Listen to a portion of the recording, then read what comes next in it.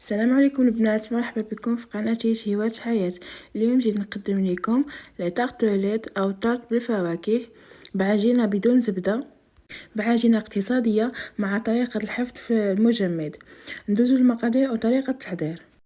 هنا في إناء عندي رشة ملح، عندي 2 بيضات، عندي كأس ديال الزيت، كأس ديال السكر، عندي وحدة فاني وحدة خميرة الحلويات، عندي قشور ديال الحامض وعندي الدقيق. بالنسبه للدقيق تدخلكم ما بين 4 الكيسان ونص حتى ل5 الكيسان. بالنسبه للمقادير انا غير ندوب ليا المقادير، تقدروا ديروا نصف ديالها، ديروا بيضه مع نصف كاس سكر مع نصف كاس زيت و250 غرام ديال الدقيق من 2 كيسان ونص ونصف خميره الحلويات.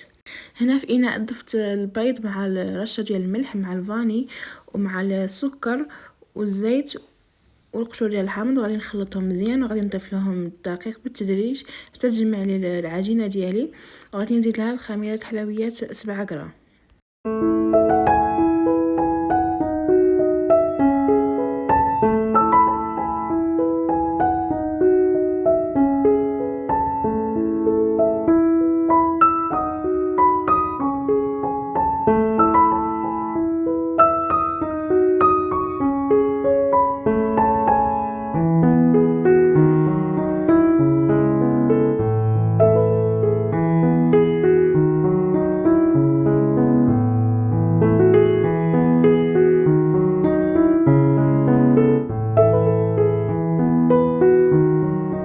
بالنسبه للدقيق انا دخلوا لي 4 الكيسان ونص، تقدر تدخلكم حتى ل5 على حسب الدقيق وعلى حسب البيض. والعجينه خاصها تكون رطبه، ما تقصحوهاش بزاف بالدقيق باش ما تقصح لكمش وما تجمعش في الفران.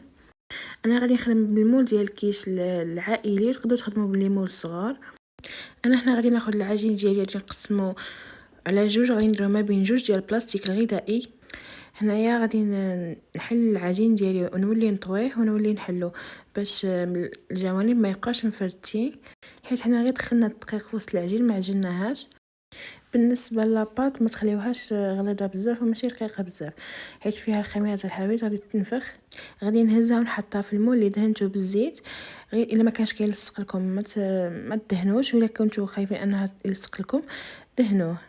وكنحاول انني نعطيه الفورمه ديال المول ديالي، وغادي نتقبو مزيان من الوسط ومن الجوانب باش ما يتنفخليش في الفران. وغادي ندخلو الفران اللي كيكون مسخن من قبل على 200 درجه حتى يبدا يتحمر من الجناب ونهودوه يتحمر من الوسط. هنا من بعد ما تقبت العجين ديالي كامل على هذا الشكل هذا، كيف ما كتحطوا العجينه ديالكم كتبقى كيف ما هي، ما كديفورماش في الفران، كتجي على هذا الشكل هذا، كيجي فيها واحد اللون ذهبي وكتجي مقرمشه احسن من العجينه ديال الزبده. هنا غادي ناخذ العجينه ديالي ونكملها على نفس الطريقه. عاود انا درتهم في المول العائلي، درتهم بثلاثه، عطاتني 3 كبار. الا كنتو غديروهم صغار غادي تعطيكم كميه كبيره، والا كنتو باغيين تحتفظوا بهم في الكونجيلاتور طيبوهم عادي كيف ما وريتكم في الطاقه الاولى اللي خرجتها من الفران، وديروها في بلاستيك غذائي وبالعسدوا عليها مزيان وديروها في كونجيلاتور. كي تبغيو تعمروها بالكريمه جبدوها خليوها ديكونجولا، اولا الا كان عندكم فران سخون غير دخلوها غير واحد دقيقه حتى 2 دقائق يذوب داك باش ما تبقاش مكونجوليه، وعمروها بالكريمه.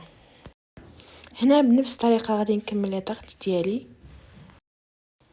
هنا من بعد ما خرجتهم من الفران كاملين كيجيو على هذا الشكل هذا، كيجيو مقرمشين وكيعطيو واحد اللون ذهبي رائع. انا هنا غادي نعمر 2 ديال لي طاقت ووحده غادي نخليها في كونجيلاتور.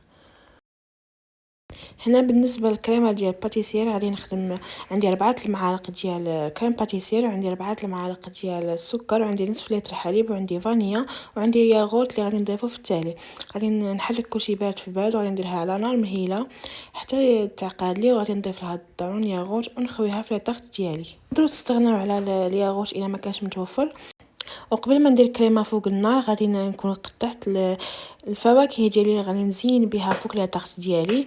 هنايا عندي البنان وعندي التوت وعندي التفاح وعندي الايجاص اللي درت عليهم قطرات ديال الحامض باش ما يتاكسدوليش. استعملوا اي فواكه متوفره عندكم، تقدروا ديروا غير فramboise، تقدروا ديروا غير البنان، تقدروا ديروا غير التفاح، تقدروا تزيدوا تضيفوا حتى الكيوي. اي حاجه متوفره عندكم تقدروا تضيفوها. هنا من بعد ما عقدت لي كريمه غادي نضيف عليها الياغورت، كيعطيها واحد اللذه كتجي رائعه. وما حدها سخونه غادي نخويها في لاطاغت ديالي باش ما تعقدليش، وغادي نبدا نزين بالفواكه ديالي.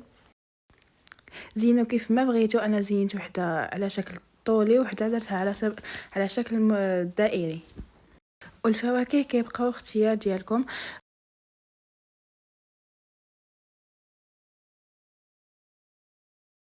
هنا غادي ندهنها دهنه خفيفه بالناباج اللي درتو في المنزل. تقدروا تسخنوا الناباج اللي كتشريوه من برا اولا اللي تخدموا في الدار. انا درت هنايا نصف كاس ديال السكر مع نصف كاس ديال الماء وقشور ديال الحامض اولا غير الفانيا، وخليهم حتى يعقدوا ودهنوا بهم الفواكه ديالكم باش تعطيكم ديك اللمعه. كيجيو رائعين وديك العجينه كتكون مقرمشه احسن ديال لاباط ديال الزبده. والكريمه كتجي رائعه ملي كتزيدوا لها الياغور ديال الكراميل كتجي بنينه. وبالنسبه الا ما كانش متوفر عندكم الفواكه استعملوا هاد الكريمه كيف ما كتوضح لكم الصوره. وهنايا درت الكريمه ديال البرتقال اولا الكريمه ديال الحامض اللي درتوه متوفر عندكم ديروه. نتما درت انايا نص كاس ديال الحامض اولا ديال البرتقال ونص كاس ديال الماء، كملوه بنصف كاس ديال الماء وضيفوا له السكر على حسب الذوق وضيفوا له ملعقه ونصف ديال النشا وحركوا كلشي في بارد وديروها على نار حتى تعقد لكم وضيفوها من فوق الكريمه. هنا كنوصلوا لنهايه الفيديو. الى عجبكم الفيديو ما تنساونيش باللايك ديالكم والتعليق ديالكم، والى اللقاء الى فيديو اخر ان شاء الله.